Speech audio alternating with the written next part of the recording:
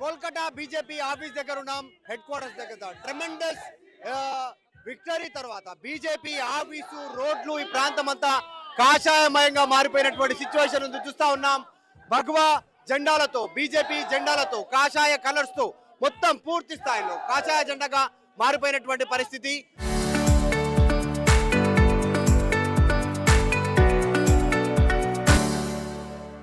ఇందాకనే వర్షం పడింది, ఇంట్లో కాషాయంలో మునిగి తేలుతా ఉన్నటువంటి సిచ్యువేషన్ కనిపిస్తా ఉంది. పెద్ద ఎత్తున యూత్ ఇక్కడ సెలబ్రేట్ చేస్తా ఉన్నటువంటి సిచ్యువేషన్ కనిపిస్తా ఉంది. చూస్తా ఉన్నాం BJP party head quarters office దగ్గర ఉన్నటువంటి విజువల్స్. ఇది కాషాయం అయిపోయినటువంటి సిచ్యువేషన్ కనిపిస్తా ఉంది. మొత్తం రోడ్లంతా కూడా మొత్తం రంగేశారా, కాషాయ రంగేశారా అనేటువంటి రీతిలో మారిపోయినటువంటి సిచ్యువేషన్. సో బీజేపీ పశ్చిమ బెంగాల్లో ఫస్ట్ టైం పవర్ లోకి వచ్చినటువంటి సిచ్యువేషన్. దీన్ని కార్యకర్తలు, నాయకులు ఆస్వాదిస్తున్నారు, ఎంజాయ్ చేస్తున్నారు, స్లోగన్ చేస్తా ఉన్నారు. జై శ్రీరామ్ అనేటువంటి స్లోగన్ చేస్తా ఉన్నటువంటి పరిస్థితి. నాయకులంతా కూడా కాస్త హ్యాపీ మూడ్ లో, చాలా ఒక విక్టరీకి సంబంధించిన మూడ్ లో వీళ్ళంతా ఇక్కడికి వచ్చారు.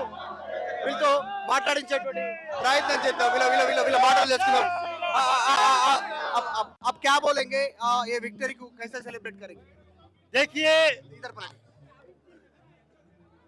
नमस्कार, मेरा नाम प्रकाश किल्ला है।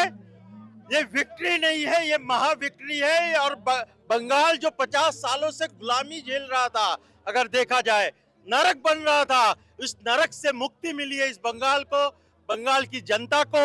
और बंगाल से जितना पलायन हुआ है, बंगाली वासी जो बंगलावासी थे, यहाँ शिक्षा के लिए उनको बाहर जाना पड़ा, स्वास्थ्य के लिए उनको बाहर जाना पड़ता था। किंतु अब बंगाल बदल गया है। अब बंगाल में स्वास्थ्य व्यवस्था अच्छी होगी।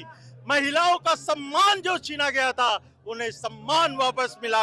युवाओं की जो नौकरियां छीनी गई थी, युवाओं को रोजगार मिलेगा, युवाओं को रोजगार मिलेगा, युवाओं को शिक्षा मिलेगी,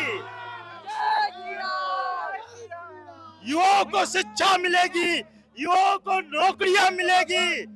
अब कोई बेरोजगारी नहीं रहेगी। बंगाल शांत बनेगा, बंगाल स्वर्ग बनेगा।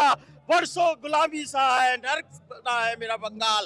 अब ये बंगाल की धरती सचमुच माँ दुर्गा की शश श्यामला भूमि, ये माँ काली की, ये सचमुच विवेकानंद की भूमि, सचमुच ये भूमि रामकृष्ण परमहंस की भूमि, रविन्द्रनाथ ठाकुर की ये भूमि, और भारत माँ के लाल डॉक्टर श्यामा प्रसाद मुखर्जी के सपने को जिसने पूरा किया, ये वो धरा भूमि है। काशाय यूथ को जोश देता है।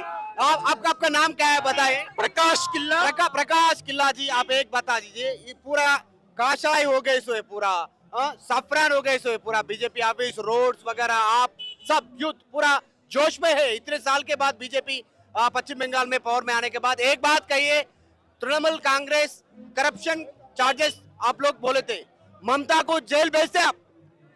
देखिए, बिल्कुल करप्टेड है वो ममता। क्या इसकी पूरी की पूरी सरकार करप्टेड थी। इस करप्शन के खिलाफ पूरी जनता ने वोटिंग किया है, भारतीय जनता पार्टी को लाया है। इनकी जितनी भी करप्शन की फाइलें अब खुल जाएगी। ममता जी का तो दौर अब खत्म हो गया है, जनता भूल जाएगी ममता को। अब ममता का कोई भी नहीं है यहाँ कुछ।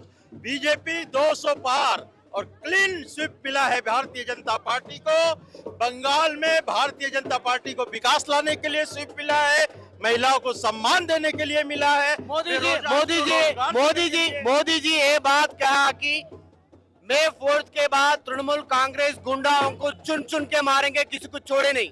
देखिए, भारतीय जनता पार्टी मार काट में विश्वास नहीं रखती है। मोदी जी ने कहा था हम लोग हिसाब लेंगे। हिसाब मतलब होता है उन्होंने जो करप्शन किया है, केंद्र सरकार के रुपये को उन्होंने जो हजम किया है, उसका एक एक का गिन गिन का हम हिसाब लेंगे। हम मारकाट में, ये भारतीय जनता पार्टी बहुत ही डिसिप्लिन पार्टी है। ये पार्टी मारकाट नहीं करती है, कानूनन कार्रवाई जरूर करेंगे। हम कानून के अनुसार चलेंगे। भारतीय जनता पार्टी कानून की सरकार बनाएगी। बीजेपी पवर వచ్చిన తర్వాత పెద్ద ఎత్తున జెండాలతో, భగవా జెండాలతో, హనుమాన్ జెండాలతో, బీజేపీ జెండాలన్నీ కూడా వేరేస్తూ ఈ జెండాలను ఊపుతూ వీళ్ళంతా కూడా పెద్ద ఎత్తున సెలబ్రేట్ చేసుకున్నటువంటి సిచ్యువేషన్ కనిపిస్తా ఉంది. సో చాలా సంవత్సరాల తర్వాత బీజేపీ పవర్ లోకి వచ్చింది కాబట్టి కన్స్ట్రక్టివ్ వేలో, అంటే పశ్చిమ బెంగాల్లో పూర్తి స్థాయిలో డిస్ట్రాయ్ అయిపోయింది. ఇక్కడ ఉన్నటువంటి పరిస్థితులన్నీ దాన్ని కన్స్ట్రక్ట్ చేయబోతా ఉంది బీజేపీ అనేటువంటిది. మోదీ చేసిన స్టేట్మెంట్ కావచ్చు, ఇవన్నీ కావచ్చు, కరప్షన్ ఛార్జెస్ చేస్తాం, వాటిని రికవరీ చేస్తాం అనేటువంటి స్టేట్మెంట్ పశ్చిమ బెంగాల్కి సంబంధించిన నాయకులు చేస్తా ఉన్నారు. బీజేపీ పార్టీ హెడ్ క్వార్టర్స్ దగ్గర పెద్ద ఎత్తున కోలాహలం ఉన్నటువంటి సిచ్యువేషన్. సో రేపు ఈ సెలబ్రేషన్స్ మరింత పీక్స్కి వెళ్ళే అవకాశం ఉంది. పార్టీకి సంబంధించిన నాయకులు ఒక మెసేజ్ రానుంది ఈరోజు పార్టీ నాయకులకు సంబంధించి. ప్రధాని నరేంద్ర మోదీ సాయంత్రం 7 గంటలకు ఢిల్లీ బీజేపీ హెడ్ క్వార్టర్స్ నుంచి ఒక మెసేజ్ ఇవ్వనున్నారు. దాని ద్వారా ఒక క్లారిటీ మెసేజ్ ఆయన ఏం చెప్పాలనుకున్నారు, బెంగాల్ విజయం, అస్సాం విజయం, పుదుచ్చేరి విజయం, వీటికి సంబంధించినటువంటి విజయాలపైన ఒక క్లారిటీ రానుంది. సో ఇది బీజేపీలో ఒక మోహాల్ ఇప్పుడే స్టార్ట్ అయింది. సెలబ్రేషన్ మూడ్ పెద్ద ఎత్తున చాలా పీక్స్కి వెళ్తా ఉన్నటువంటి సిచ్యువేషన్. సో ఇది ఓవరాల్గా బీజేపీ పార్టీ ఆఫీస్ దగ్గర ఉన్నటువంటి పరిస్థితి. వీడియో జర్నలిస్ట్ విజయ్తో మధు మల్కేడికర్, పశ్చిమ Bengal, Kolkata, BJP head quarters.